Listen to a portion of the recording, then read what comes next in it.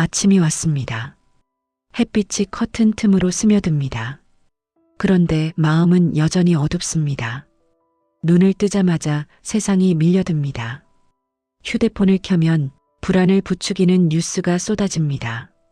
경제는 얼마나 더 흔들리는지, 사람들은 오늘도 무엇을 두려워하는지, 그 소식이 하루의 첫 문을 차지합니다. 세상은 아침마다 우리에게 속삭입니다. 이 소식이 중요하다. 이걸 알아야 산다. 하지만 정작 우리의 영혼은 묻습니다. 정말 이게 내 하루의 첫 목소리여야 하는가? 사랑하는 성도님, 하루의 문은 누구에게 여느냐에 따라 그날의 주인이 달라집니다. 세상의 문을 열면 불안이 주인이 되고 뉴스의 문을 열면 염려가 주인이 됩니다. 그러나 하나님께 문을 열면 그날은 평안으로 시작됩니다. 우리의 문제는 하루를 시작하기 전에 이미 방향을 정해버린다는 것입니다. 눈을 뜨자마자 세상을 바라보면 그 순간부터 마음의 중심은 하나님이 아니라 현실이 됩니다. 그리고 우리는 그 현실을 감당하기 위해 기도가 아닌 근심으로 하루를 운영하기 시작합니다. 예수님은 그렇게 사시지 않으셨습니다. 성경은 예수님의 하루를 이렇게 기록합니다. 새벽 아직도 밝기 전에 예수께서 일어나 나가사 한적한 곳에서 기도하시더니 마가복음 1장 35절. 그분은 하루의 첫 시간을 하나님께 드리셨습니다. 그분에게 아침은 하루의 시작이 아니라 하나님의 뜻을 새기는 시간이었습니다. 예수님은 늘 같은 마음으로 하루를 여셨습니다.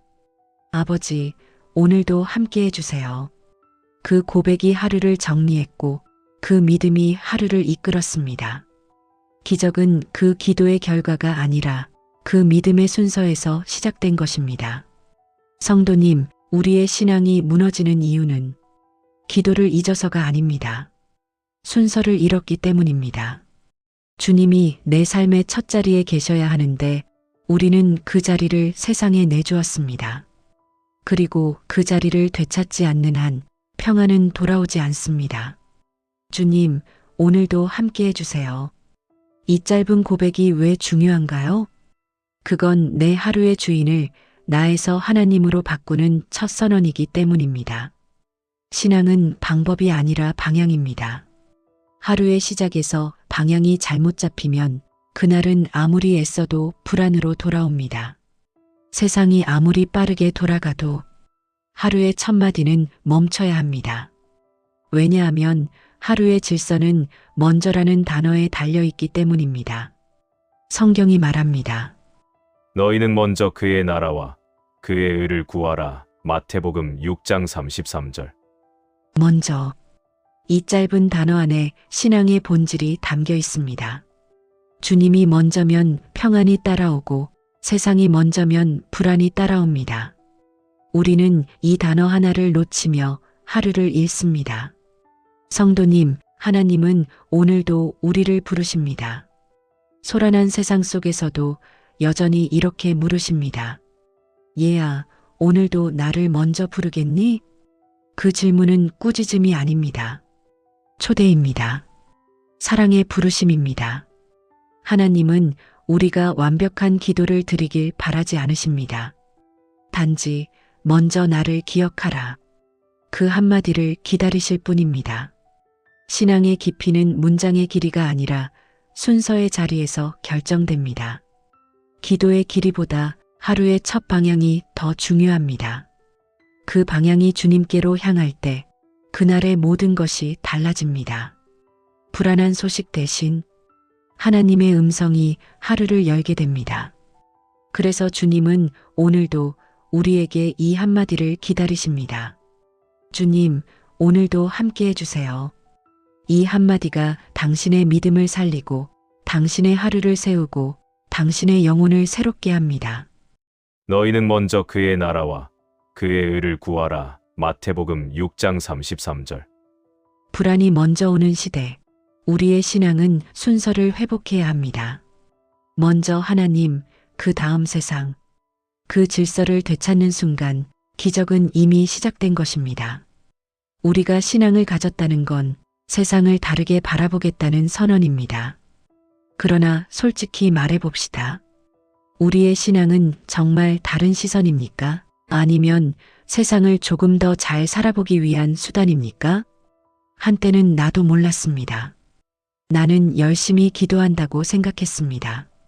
그런데 어느 날 문득 깨달았습니다. 그 기도의 중심에는 늘 내가 있었습니다. 내 사업이 잘 되게 해주세요. 우리 자녀가 형통하게 해주세요. 내 건강을 지켜주세요. 그 기도는 나쁘지 않습니다. 하지만 그 기도의 끝이 나로 끝난다면 그건 결국 기복신앙입니다. 사랑하는 성도님, 기복신앙은 신앙의 왜곡이 아닙니다. 그건 신앙의 미숙함입니다. 아직 하나님보다 자신이 더 절실한 상태입니다. 문제는 그 미숙함에서 멈춰버린다는 것입니다.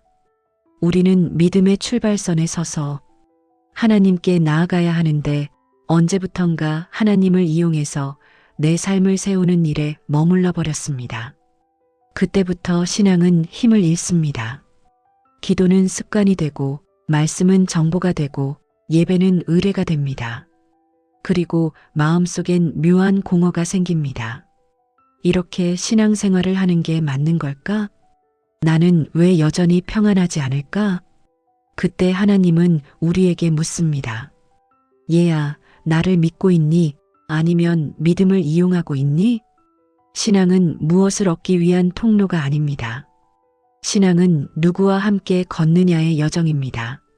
내가 원하는 삶을 얻기 위해 하나님을 찾는 것이 아니라 하나님이 원하시는 삶을 살기 위해 나를 내어드리는 것. 그게 진짜 믿음입니다. 예수님은 그렇게 사셨습니다. 그분의 기도는 단 한마디로 요약됩니다. 아버지의 뜻이 하늘에서 이룬 것 같이 땅에서도 이루어지이다. 마태복음 6장 10절. 이 말씀은 기도의 목표를 바꿉니다. 내 뜻이 이루어지는 삶에서 하나님의 뜻이 나를 통해 이루어지는 삶으로요. 성도님, 신앙의 중심이 하나님의 뜻에서 벗어나는 순간 우리는 방향을 잃습니다. 그때 나타나는 첫 증상은 불안입니다. 불안은 하나님이 멀어진 신호입니다. 기도가 길어져도 말씀을 들어도 마음이 여전히 흔들린다면 그건 하나님이 내 삶의 중심이 아니라 주변에 머물고 있다는 뜻입니다.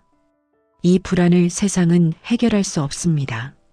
새로운 일자리도 안정된 재정도 좋은 관계도 그 공허를 채워주지 못합니다. 왜냐하면 그 자리는 하나님만이 앉으실 수 있기 때문입니다. 한번 생각해 보십시오. 우리는 하루를 살면서 얼마나 자주 하나님을 필요한 분으로만 대합니까? 문제가 생기면 기도하고 위기가 닥치면 하나님을 찾고 모든 게 잘 될 땐 그분을 잊습니다. 그런데 정작 하나님은 말씀하십니다. 나는 내 문제를 해결하려고 부른 게 아니다. 나는 내 삶의 주인이 되고자 한다. 이 차이를 깨닫는 순간 신앙은 전혀 다른 차원으로 들어갑니다. 하나님이 나의 필요를 채우신다가 아니라 하나님이 나를 통해 뜻을 이루신다로 바뀝니다. 이제 신앙의 방향을 바꾸어야 합니다. 나를 위한 신앙에서 하나님을 위한 신앙으로. 이건 거창한 결단이 아닙니다. 단지 하루의 시작을 바꾸는 일입니다. 눈을 뜨자마자 이렇게 고백하는 것, 주님, 오늘도 함께 해주세요. 이 한마디는 단순한 위로가 아닙니다. 이건 신앙의 방향 전환입니다. 그 한마디 속엔 이렇게 숨겨진 고백이 있습니다. 주님, 제 하루를 제 뜻대로 하지 않겠습니다. 오늘은 주님의 뜻이 제 안에서 이루어지게 하소서. 성도님, 기도의 진정한 능력은 응답에 있지 않습니다. 방향에 있습니다. 기도가 내 뜻을 관철시키는 수단이 되면 그건 종교가 됩니다. 그러나 기도가 하나님의 뜻을 배우는 시간이 되면 그건 신앙이 됩니다. 그래서 신앙의 성숙은 기도의 양이 아니라 기도의 순서에서 드러납니다. 기도보다 하나님을 먼저 찾는 사람, 하나님을 먼저 인정하는 사람, 그 사람의 하루는 달라집니다.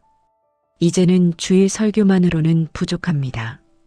교회 강단의 메시지도 중요하지만 진짜 필요한 건 예수님의 설교입니다.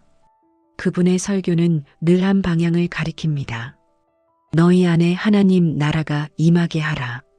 그 말씀을 들을수록 현실과 말씀의 간격이 커집니다. 말씀은 높고 현실은 너무 낮습니다. 그 괴리 앞에서 낙심하지 마십시오. 그 간격을 메우는 건 오직 믿음의 인내뿐입니다. 믿음의 인내가 현실을 바꿉니다. 말씀과 현실의 거리, 그 틈을 견디는 동안 하나님은 당신 안에 천국의 질서를 세우십니다. 교회의 역할도 마찬가지입니다. 교회는 완벽한 사람들의 모임이 아닙니다. 낙심하지 않도록 서로 붙잡는 공동체입니다. 목회자는 성도를 대신해서 사는 사람이 아니라 그들의 믿음의 경주를 격려하는 사람입니다. 선한 일을 행하다 낙심하지 않도록, 넘어져도 포기하지 않도록 함께 걸어가는 동행자입니다. 신앙은 쉽지 않습니다. 자기를 부인하고 자기 십자가를 지는 일이 쉬울 리 없습니다. 그러나 그것이 바로 길입니다. 성도님, 오늘도 그 길은 똑같습니다. 좁고 험하지만 그 길 끝에 생명이 있습니다. 어려워도 따르겠다고, 힘들어도 주님 곁을 떠나지 않겠다고 그렇게 아침마다 결단하는 사람, 그가 진짜 신앙인입니다. 그 결단이 어디서 시작됩니까? 바로 그 한마디에서 시작됩니다. 주님, 오늘도 함께 해주세요. 이 한마디가 나를 위한 신앙을 하나님을 위한 신앙으로 바꿉니다. 그 한마디가 하루의 중심을 나에서 주님으로 옮깁니다. 이것이 역행회상입니다. 우리가 잃어버린 중심을 다시 찾는 고백, 기복을 넘어 하나님께 방향을 돌리는 회심의 시작입니다. 너희는 먼저 그의 나라와 그의 의를 구하라. 마태복음 6장 33절. 하루의 첫 마디를 하나님께 드릴 때 그날은 더 이상 내 계획이 아니라 하나님의 계획으로 움직입니다. 그때 비로소 우리의 신앙은 방향을 회복합니다. 성도님, 신앙의 길을 오래 걸었는데도 왜 마음은 여전히 불안합니까? 왜 평안을 구해도 현실은 여전히 무겁습니까? 기도를 하고 말씀을 들어도 삶의 무게가 줄지 않습니다. 성경은 두려워하지 말라고 말하지만 두려움은 여전히 내 안에 살아 있습니다. 그 이유는 단순합니다. 신앙은 현실을 피하는 길이 아니라 현실 속에서 믿음을 지켜내는 싸움이기 때문입니다. 많은 성도들이 말합니다. 목사님, 저는 하나님을 믿는데 왜 이렇게 힘든가요? 기도하는데도 아무 일도 변하지 않아요. 그럴 때마다 저는 이렇게 말씀드립니다. 그게 정상입니다. 신앙은 쉬워지는 길이 아닙니다. 신앙은 견디는 길입니다. 기도했다고 고난이 멈추지 않습니다. 오히려 하나님은 때때로 그 고난의 시간을 통해 우리 믿음의 뿌리를 깊게 만드십니다. 성도님, 믿음은 불편함 속에서 자랍니다. 예배는 늘 따뜻하지만 삶은 차갑습니다. 말씀은 위로를 주지만 현실은 여전히 냉혹합니다. 그 간격을 견디는 사람이 바로 신앙인입니다. 그 간격이 없는 신앙은 얕은 신앙입니다. 하나님은 그 간격 속에서 우리를 다듬으십니다. 우리가 말씀을 붙들며 버티는 시간, 그 침묵의 시간 속에서 하나님은 말씀을 우리 삶 속에 심으십니다. 주일 설교로는 버틸 수 없습니다. 한 주 동안 세상은 우리 마음을 계속 흔듭니다. 사람의 말, 걱정, 돈의 문제, 관계의 상처, 그 모든 것이 말씀의 자리를 밀어냅니다. 그래서 우리는 매일 말씀을 먹어야 합니다. 영혼은 단 한 끼로는 버티지 못합니다. 예배 한 번으로는 신앙의 근육이 자라지 않습니다. 하루 한 말씀, 그 짧은 한 줄이 나를 살립니다. 그렇지 않으면 우리는 하루에도 수십 번 흔들립니다. 남편의 한마디에 마음이 무너지고 자녀의 표정 하나에 기분이 바뀌고 세상의 말 한 줄에 믿음이 약해집니다. 신앙이 약해진다는 건 하나님이 멀어졌다는 뜻이 아니라 말씀이 내 안에 머물 자리를 잃었다는 뜻입니다. 말씀이 내 안에 머무르지 못하면 세상의 생각이 들어옵니다. 그리고 그 생각은 불안을 낳습니다. 불안은 언제나 하나님이 아닌 무언가를 의지할 때 자랍니다. 돈이, 사람의 인정이, 내 경험이 나의 기준이 되면 하나님의 평안은 사라집니다. 예수님은 이렇게 말씀하셨습니다. 사람이 떡으로만 살 것이 아니요 하나님의 입으로 나오는 모든 말씀으로 살 것이라. 마태복음 4장 4절. 이 말씀은 단순한 비유가 아닙니다. 영혼도 밥을 먹지 않으면 굶습니다. 굶주린 영혼은 쉽게 분노하고 쉽게 낙심하고 쉽게 흔들립니다. 그런데 많은 사람들이 자신의 영혼이 굶주린 줄도 모릅니다. 몸이 약해지면 병원에 가지만 마음이 약해지면 그냥 견딥니다. 그러나 신앙은 견디는 게 아닙니다. 신앙은 다시 먹는 일입니다. 하루 한 끼 하나님의 말씀으로 내 영혼을 다시 세우는 일. 성도님, 하나님은 당신을 사랑하십니다. 하지만 그 사랑은 우리를 편안하게만 두는 사랑이 아닙니다. 우리를 강하게 세우는 사랑입니다. 그래서 하나님은 때때로 우리의 평안을 흔드십니다. 우리의 피난처를 무너뜨리십니다. 우리가 하나님께로 돌아오도록 우리의 중심을 다시 주님께로 돌리도록 말입니다.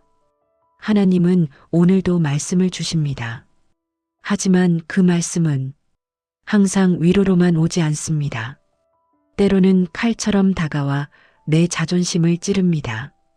때로는 거울처럼 내 영혼의 어둠을 비춥니다. 그때 우리는 불편합니다. 그러나 바로 그 불편함이 은혜가 시작되는 자리입니다. 불편해야 바뀝니다. 어려워야 하나님을 찾습니다. 그게 인간입니다. 예수님은 십자가를 피하지 않으셨습니다.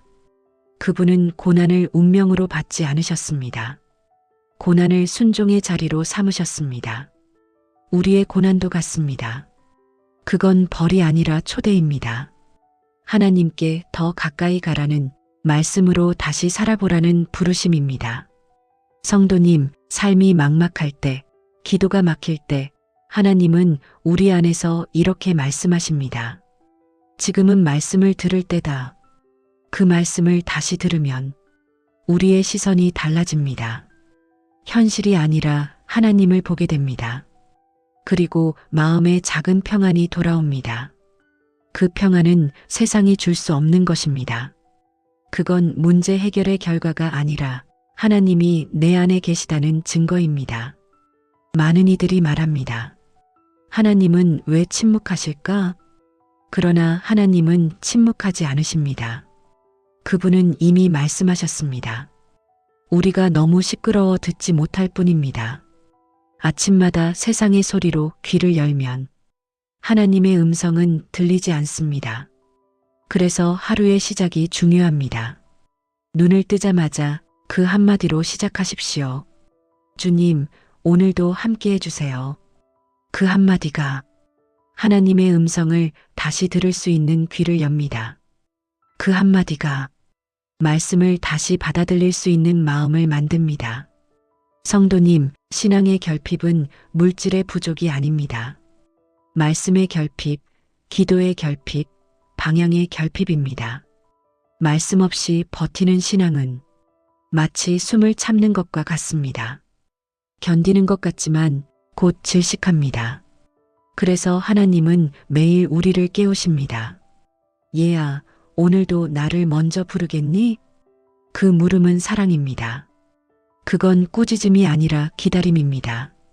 하나님은 여전히 우리를 믿고 계십니다. 우리가 그분께 돌아올 것을 아시기 때문입니다. 결핍은 하나님이 우리를 부르시는 또 하나의 언어입니다. 부족하기 때문에 우리는 찾습니다. 허전하기 때문에 우리는 기도합니다. 그 결핍이 은혜의 문을 엽니다. 그러므로 성도님, 결핍을 두려워하지 마십시오. 결핍은 하나님의 방문이자 초대장입니다. 주님, 오늘도 함께 해주세요. 이 한마디로 하루를 열면 결핍은 더 이상 결핍이 아닙니다. 그건 하나님이 내 안에 일하시는 증거가 됩니다. 나의 은혜가 내게 족하도다. 고린도후서 12장 9절. 성도님, 삶이 힘겨울수록 그 말씀을 붙드십시오. 하나님은 부족함 속에서 자신을 드러내십니다. 결핍의 자리에서만 들리는 음성이 있습니다. 눈을 뜨는 순간 그 한마디로 시작하십시오. 주님, 오늘도 함께 해주세요. 그 고백이 오늘의 불안을 평안으로 바꾸는 하나님의 시작이 될 것입니다. 성도님, 하나님은 우리가 가장 힘들 때 가장 조용히 일하십니다. 그리고 어느 날 우리가 잊었던 그 한마디를 다시 들려주십니다. 주님, 오늘도 함께 해주세요. 그 말은 여전히 짧습니다. 하지만 이제는 다르게 들립니다. 이제 그것은 하나님을 의지하는 믿음의 고백이 됩니다. 예수님의 새벽은 늘 한결같았습니다. 모든 사람들이 잠들어 있을 때 그분은 홀로 일어나 조용히 나가셨습니다. 들판이나 산기슭, 어디든 하늘과 가장 가까운 곳을 찾으셨습니다. 그리고 세상이 깨어나기 전 하나님과 대화하셨습니다. 아버지, 오늘도 함께 해주세요. 그 기도는 세상에 들리지 않았습니다. 그것은 아들이 아버지께 속삭이는 사랑의 대화였습니다. 그 새벽의 기도 이후 예수님은 병든 자를 고치시고 죄인을 용서하시며 무너진 사람들의 마음을 일으키셨습니다. 기적은 그 새벽에서 시작된 것입니다. 기적은 기도의 결과가 아니라 하나님과 함께한 하루의 결과였습니다. 예수님은 기도로 하루를 열었습니다. 그리고 우리는 그분의 이름으로 하루를 엽니다. 주님, 오늘도 함께 해주세요. 이 한마디는 예수님의 새벽을 우리의 아침으로 옮겨놓는 기도입니다. 베드로의 이야기도 그렇습니다. 그는 늘 앞서가던 사람이었습니다. 남들보다 먼저 말했고 먼저 행동했습니다. 그러나 가장 중요한 순간에 그는 주님을 3번 부인했습니다. 그날 밤 닭이 울고 예수님이 돌아보셨습니다. 그 눈빛 속에 책망은 없었습니다. 오히려 사랑이 있었습니다. 그 순간 베드로는 울었습니다. 내가 주님을 떠났구나. 그리고 부활 후 예수님은 베드로를 찾아오셨습니다. 그에게 물으셨습니다. 요한의 아들 시몬아, 내가 나를 사랑하느냐? 3번의 질문, 3번의 대답. 주님, 주께서 아시나이다. 주님, 제가 주님을 사랑하는 줄 주께서 아십니다. 그 한마디가 베드로의 인생을 바꿨습니다. 이제 그는 주님을 위해 살았습니다. 그의 하루는 더 이상 자기 뜻으로 열리지 않았습니다. 그의 하루는 늘 이렇게 시작되었습니다. 주님, 오늘도 함께 해주세요. 성도님, 그 한마디는 단순한 위로가 아닙니다. 그건 신앙의 회복의 시작입니다.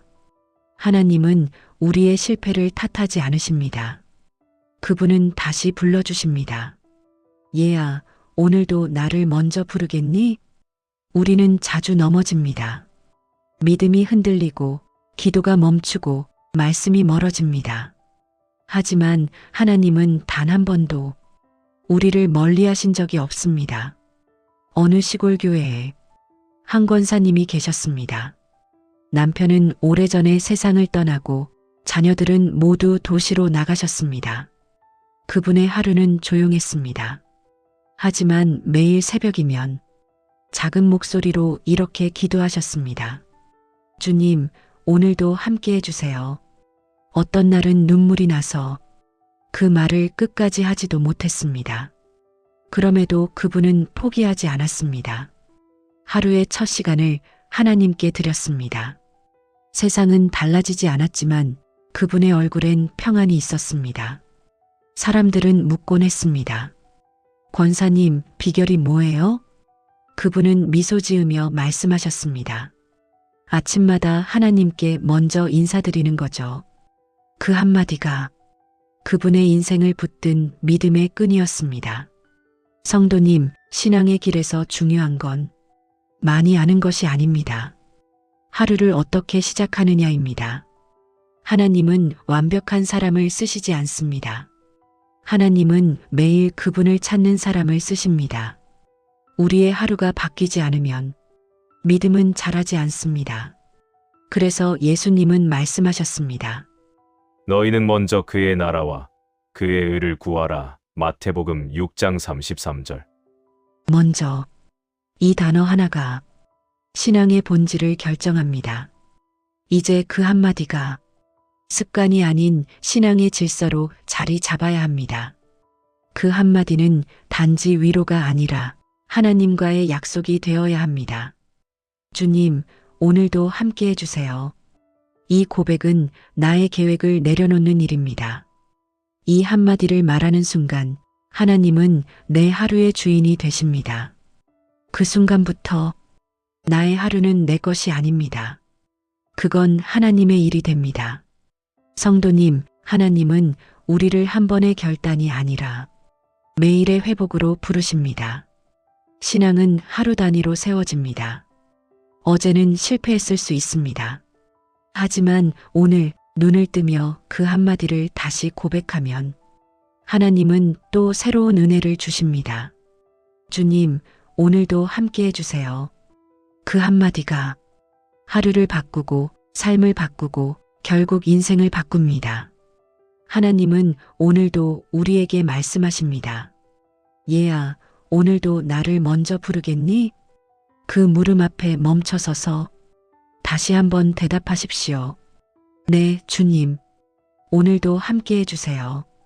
그 대답이 들리는 순간 하나님은 다시 당신 곁에 서 계십니다. 당신의 피곤한 하루에 조용히 손을 얹으시고 말씀하십니다. 두려워하지 말라. 내가 너와 함께하리라.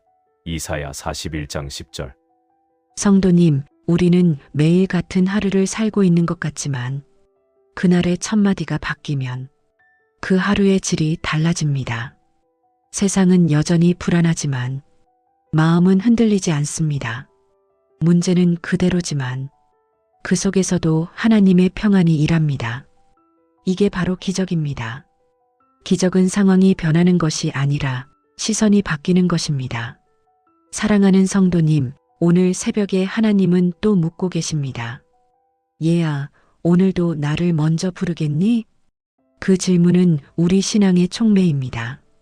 그 한마디의 대답이 하나님의 역사를 다시 움직입니다. 네, 주님. 오늘도 함께 해주세요. 이제 그 고백으로 당신의 하루를 다시 여십시오. 그 순간 하나님은 이미 그곳에 계십니다. 그리고 조용히 말씀하십니다. 내가 오늘도 너를 지키리라. 보라, 내가 세상 끝날까지 너희와 항상 함께 있으리라. 마태복음 28장 20절.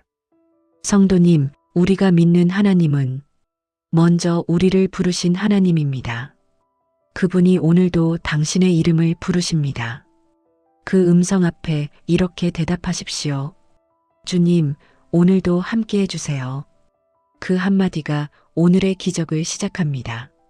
성도님, 신앙은 고백으로 시작하지만 현실에서 증명됩니다. 주님, 오늘도 함께 해주세요. 이 한마디를 고백했지만 정작 하루는 녹록지 않습니다.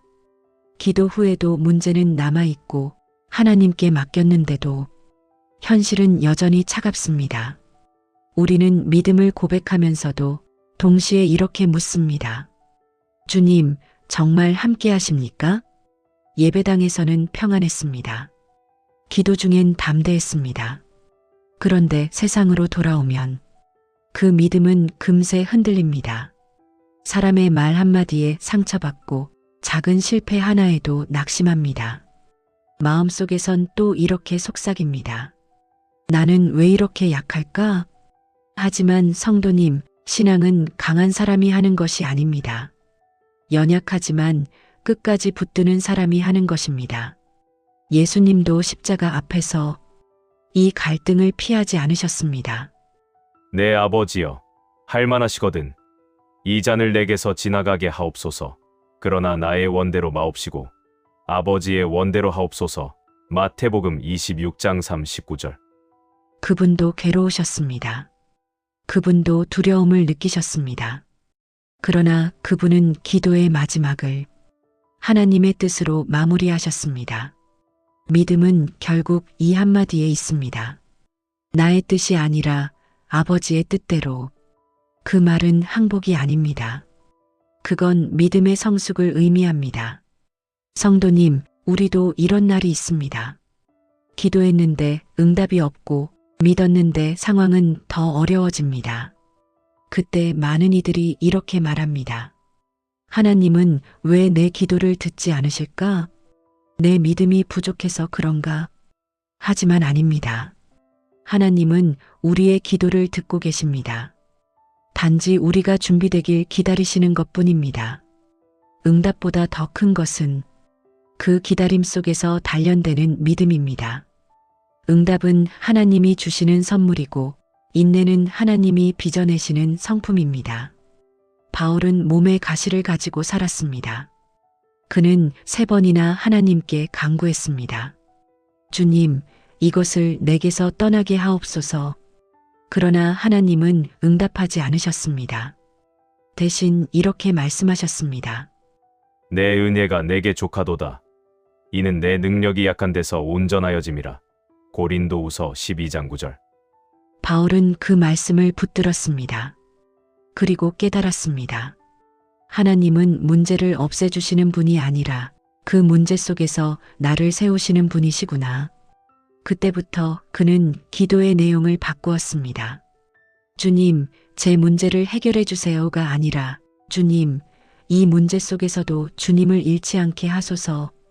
성도님, 이게 믿음의 성숙입니다. 이게 신앙의 갈등을 통과한 사람의 기도입니다. 믿음은 잘 될 거야 라는 자기 암시가 아닙니다.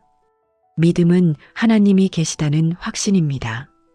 결과가 아니라 동행의 확신입니다. 주님, 오늘도 함께 해주세요. 이 고백의 힘은 바로 거기에 있습니다.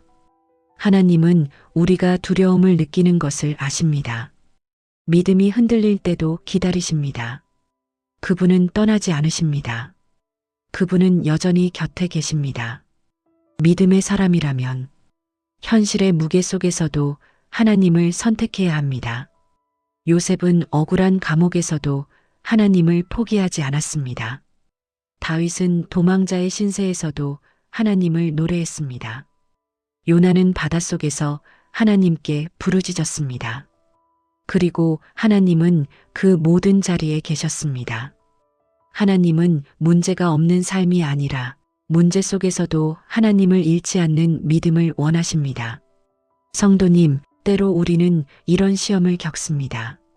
기도했는데 더 어려워집니다. 말씀대로 살려 했는데 오히려 손해를 봅니다. 정직하려 했는데 오해를 받습니다. 그때 마음이 흔들립니다. 이 길이 정말 옳은가? 하나님이 나를 잊으신 건 아닐까? 그럴 때 기억하십시오. 믿음은 결과로 증명되는 것이 아니라 인내로 증명되는 것입니다. 선을 행하되 낙심하지 말지니 때가 이르면 거두리라. 갈라디아서 6장 9절. 하나님은 아직 일하고 계십니다. 우리가 보지 못할 뿐입니다. 믿음은 감정의 평안이 아니라 결단의 평안입니다. 감정은 흔들려도 결단은 남습니다. 나는 오늘도 주님을 믿겠다. 나는 오늘도 주님을 의지하겠다. 나는 오늘도 주님을 먼저 부르겠다. 이 결단이 믿음의 갈등을 이기는 힘입니다. 성도님, 하루에도 수십 번 마음이 흔들립니다. 그럴 때마다 눈을 들어 십자가를 보십시오. 십자가는 고통의 상징이 아니라 신앙의 완성입니다. 예수님은 그 위에서 이렇게 말씀하셨습니다. 다 이루었다. 요한복음 19장 30절. 그 말씀은 실패의 선언이 아니라 순종의 완성입니다. 하나님은 지금도 묻고 계십니다. 얘야, 내가 나를 사랑하느냐? 그 물음은 시험이 아니라 사랑의 확인입니다. 우리의 대답은 여전히 짧습니다. 주님, 주께서 아시나이다. 주님, 오늘도 함께 해주세요. 이 고백이야말로 믿음의 싸움 속에서 얻은 결론입니다. 고난이 끝나서가 아니라 고난 중에도 하나님을 붙든 사람의 고백입니다. 성도님, 믿음은 매일의 선택입니다. 그리고 그 선택은 늘 현실 안에서 이루어집니다. 하나님은 우리의 눈물을 모르지 않으십니다. 우리의 실패를 탓하지 않으십니다. 다만 오늘 그분을 다시 부르기를 기다리십니다. 얘야, 오늘도 나를 먼저 부르겠니? 그 질문 앞에서 다시 이렇게 고백하십시오. 네, 주님. 오늘도 함께 해주세요. 저는 약하지만 주님은 강하십니다. 그 고백이 당신의 흔들리는 믿음을 붙들 것입니다. 믿음의 시련이 인내를 만들어내는 줄 너희가 알미라. 야고보서 1장 3절. 성도님, 신앙의 깊이는 평안 속에서가 아니라 시련 속에서 자랍니다. 눈물의 하루 속에서도 그 한마디를 잃지 마십시오. 주님, 오늘도 함께 해주세요. 그 고백이 남아있는 한 하나님은 당신의 하루 속에 여전히 일하고 계십니다. 성도님, 믿음은 결국 결단의 문제입니다. 하나님이 일하실 수 있는 자리는 결심이 선 사람의 마음입니다. 지금까지의 시간은 하나님을 믿는다는 고백이었다면 이제부터는 그분을 따르겠다는 선언의 시간입니다. 삶이 무너질 때마다 우리는 이렇게 기도했습니다. 주님, 오늘도 함께 해주세요. 그 고백은 간절했고 눈물 어렸습니다. 그러나 하나님은 이제 이렇게 말씀하십니다. 얘야, 나도 내 곁에 있다. 이제는 내가 나와 함께 걸어라. 그분은 단지 우리를 위로하시려는 것이 아닙니다. 우리를 일으켜 세워 동행의 자리로 부르십니다. 성도님, 신앙은 하나님이 나와 함께 하신다로 끝나지 않습니다. 그건 시작일 뿐입니다. 그 다음은 내가 하나님과 함께 간다입니다. 많은 사람이 하나님께 이렇게 묻습니다. 주님, 제게 왜 이런 일이 생깁니까? 하지만 신앙이 성숙할수록 질문은 바뀝니다. 주님, 이 일 속에서 제가 무엇을 배우길 원하십니까? 신앙의 결단은 상황을 묻는 것이 아니라 방향을 정하는 것입니다.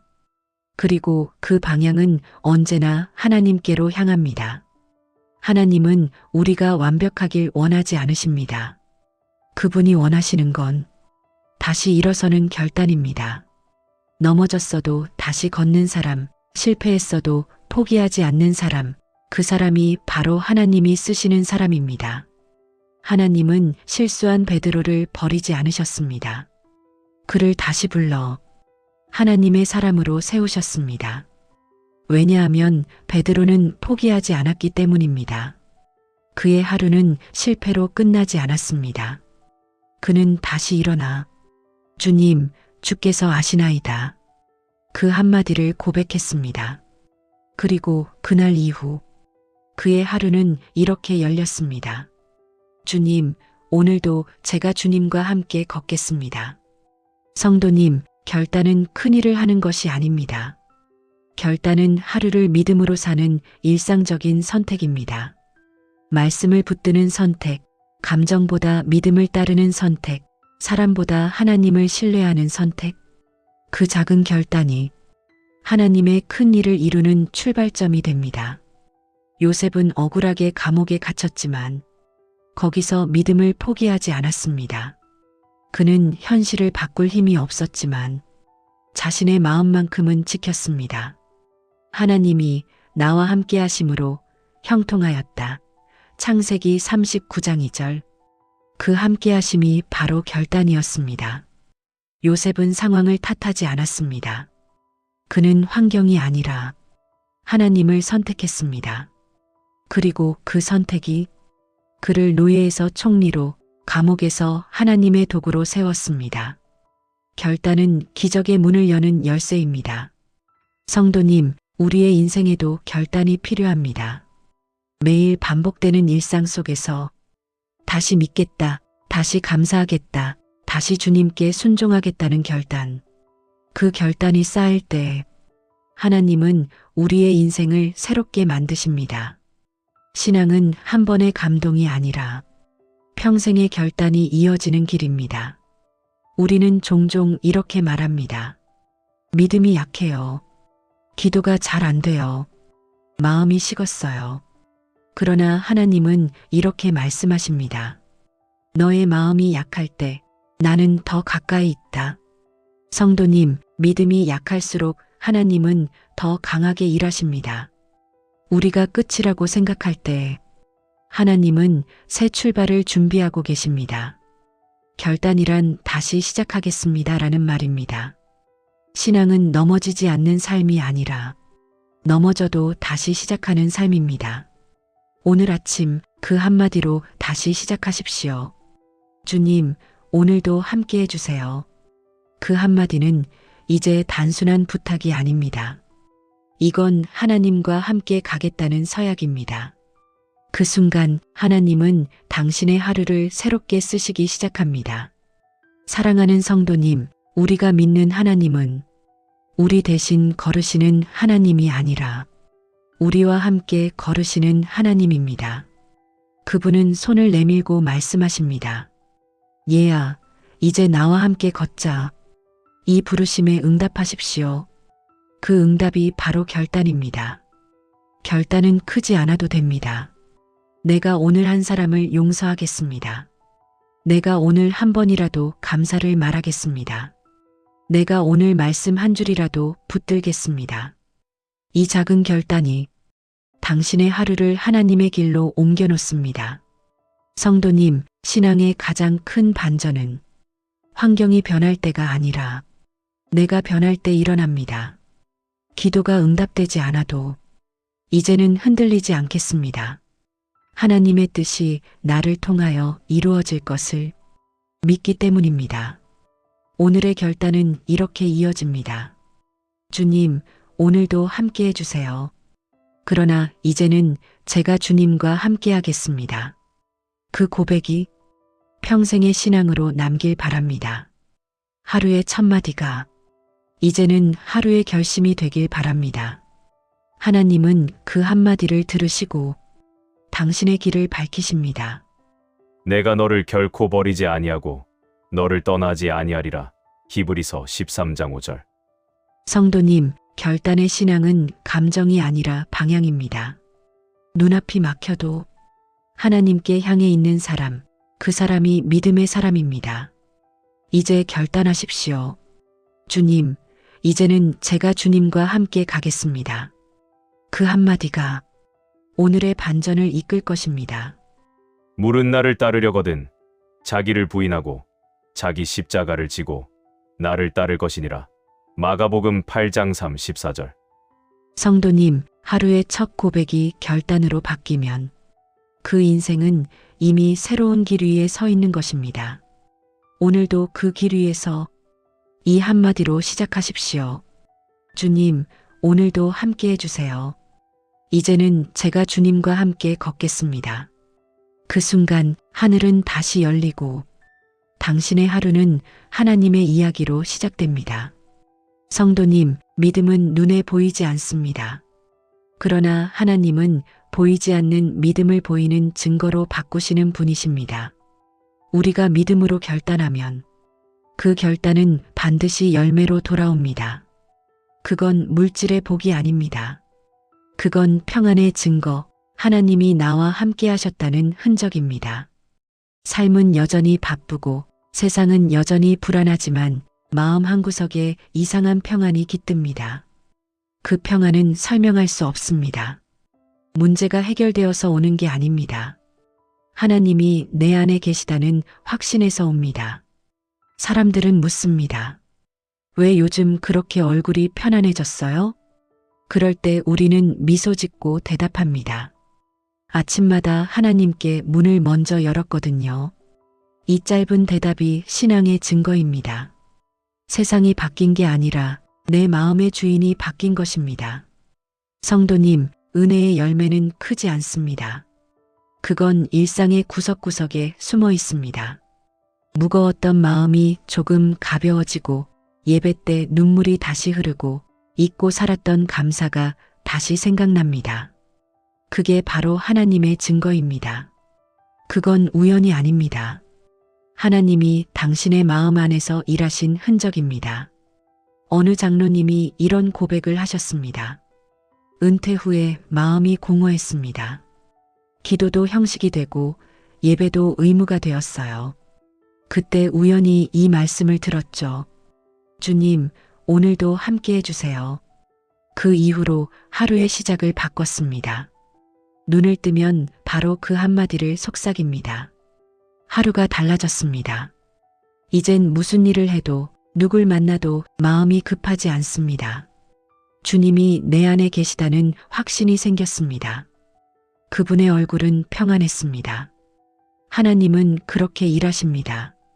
아무도 모르게, 그러나 분명히. 성도님, 은혜는 삶의 편안함이 아니라 마음의 중심이 바뀌는 일입니다.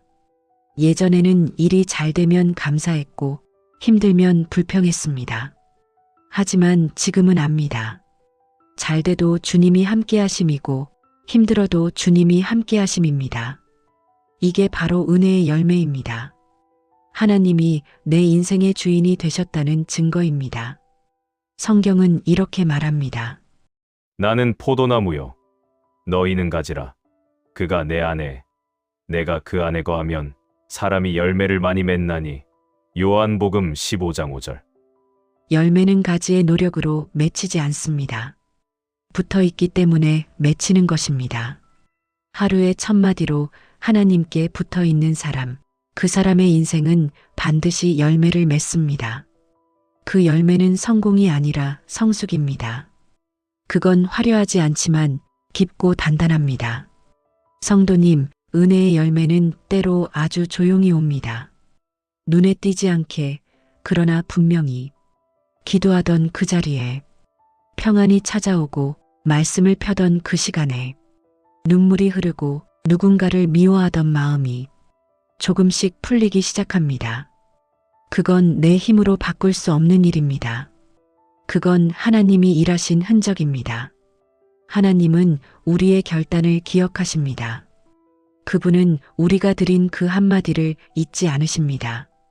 주님, 오늘도 함께 해주세요. 그 고백이 쌓이면 그건 인생의 기둥이 됩니다. 세상은 흔들려도 그 고백은 무너지지 않습니다. 그때 우리는 깨닫습니다.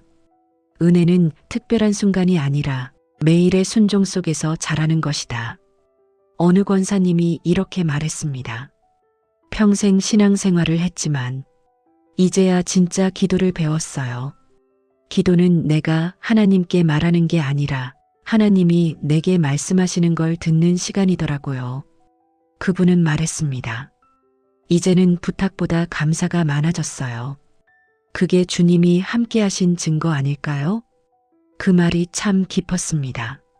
하나님이 주신 평안은 문제의 해결이 아니라 마음의 해방이었습니다. 성도님, 하나님은 때때로 우리가 예상하지 못한 방식으로 은혜를 주십니다. 어떤 날은 사람을 통해, 어떤 날은 말씀을 통해, 어떤 날은 한 줄의 찬송으로. 그러나 공통점이 있습니다. 그 모든 은혜는 함께라는 자리에서 시작된다는 것입니다.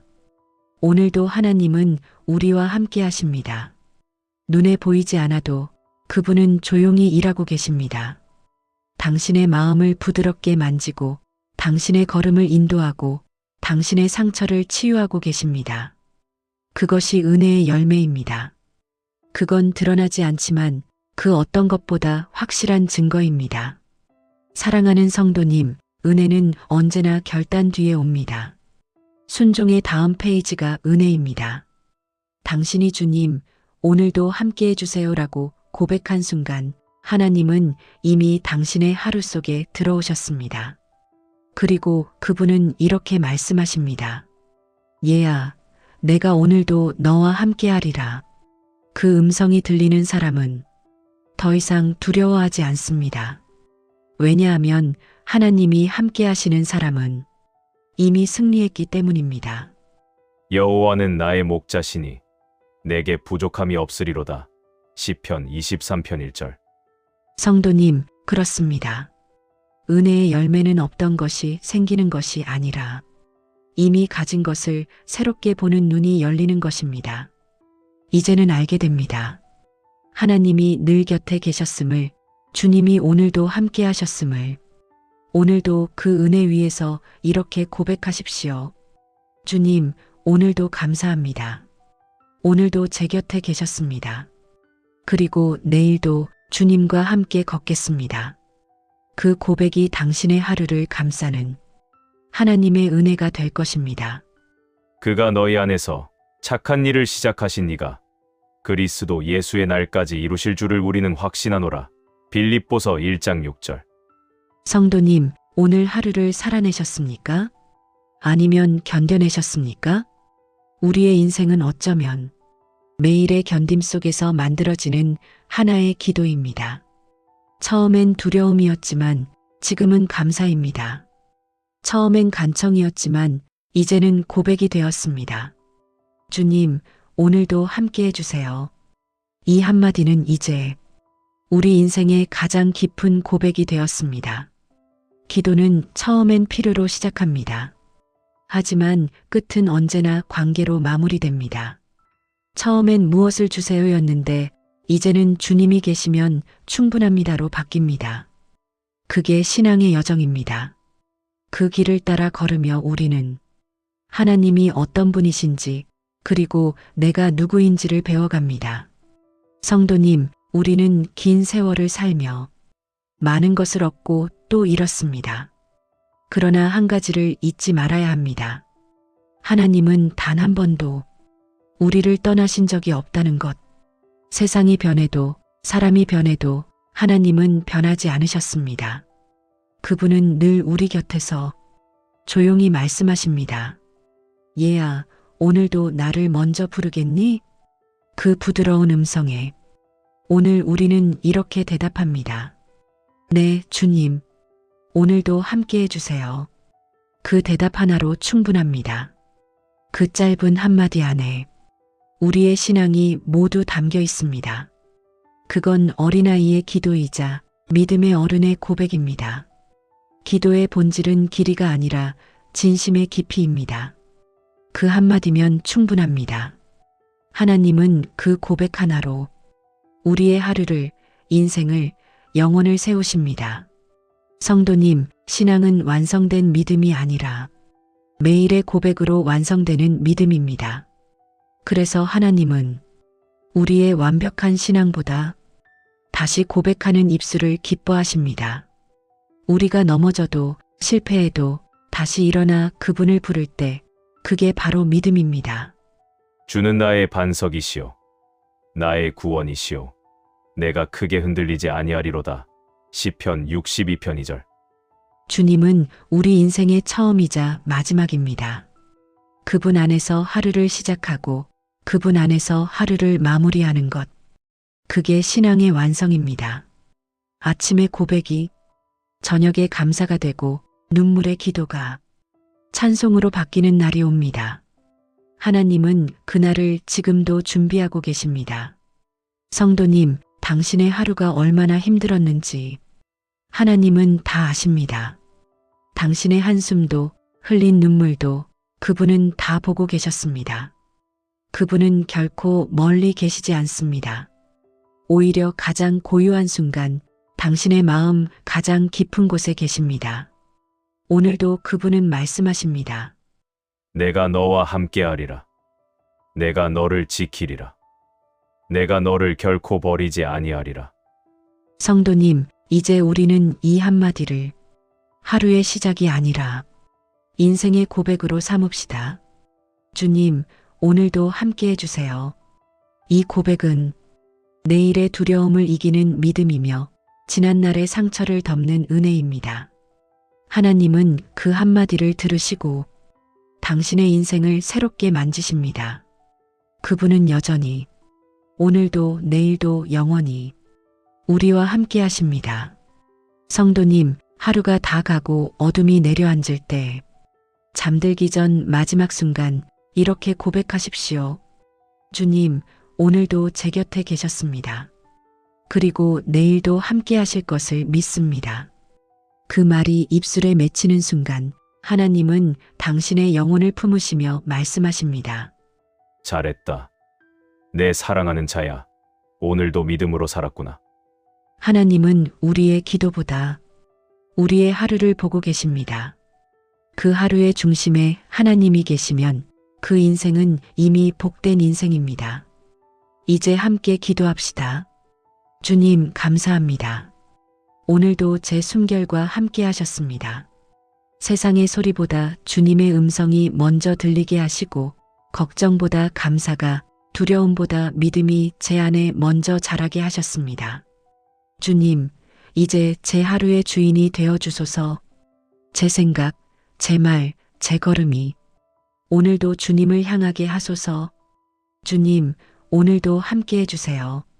그리고 내일도 영원히 제 곁에 계셔 주세요. 예수님의 이름으로 기도드립니다. 아멘. 성도님, 이 기도가 오늘의 마지막 말이 되길 바랍니다. 그리고 내일 아침 눈을 뜨는 순간 다시 이렇게 시작하십시오. 주님, 오늘도 함께 해주세요. 그 고백이 이어지는 한 하나님은 당신의 인생에서 절대로 손을 놓지 않으실 것입니다. 보라, 내가 세상 끝날까지 너희와 항상 함께 있으리라. 마태복음 28장 20절. 주님, 저는 이제 주님의 사람입니다. 내일이 두렵지 않습니다. 주님이 오늘도 그리고 영원히 제 곁에 계시기 때문입니다.